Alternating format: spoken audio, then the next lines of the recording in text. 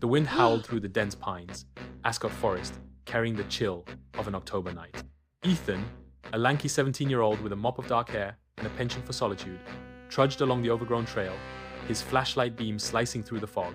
He'd come to the woods to escape the monotony of his small-town life, same old high school, same old arguments with his stepdad, same old everything. The forest was his sanctuary, a place where the world's noise faded to whispers of leaves and distant owl calls. His sneakers crunched on pine needles, and he pulled his hoodie tighter against the cold.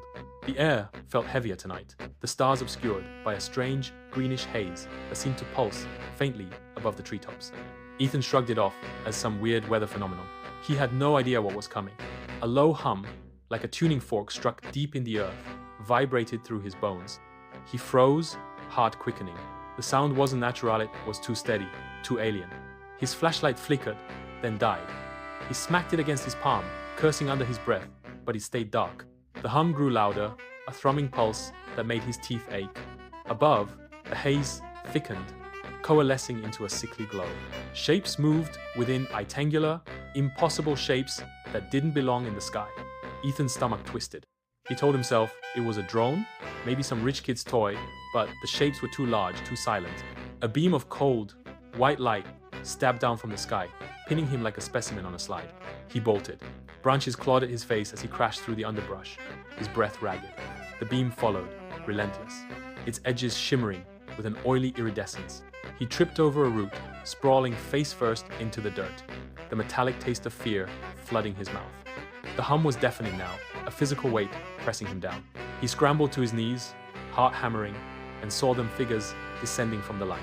They were tall, too tall, their limbs unnaturally long and jointed wrong, like insects mimicking human form. Their skin, if it was skin, glistened like wet obsidian, and their eyes huge, black, and unblinking locked onto him. Ethan's scream caught in his throat as one raised a claw-like hand, and the world dissolved into blinding white. He woke in darkness, the air thick with a sour chemical smell. His hands were bound behind him, some kind of slick, fibrous cord cutting into his wrists. The surface beneath him was smooth and warm, like polished bone. He thrashed, panic rising, but the bindings held tight. A faint glow pulsed from the walls, revealing a chamber of smooth, curved surfaces, like the inside of a giant ribcage. The hum was still there, softer now, resonating in his chest. He yelled for help, his voice echoing back, unanswered. Then, a section of the wall slid open with a wet hiss, and one of them entered. Its movements were jerky, precise, like a stop-motion puppet. It loomed over him, its face feature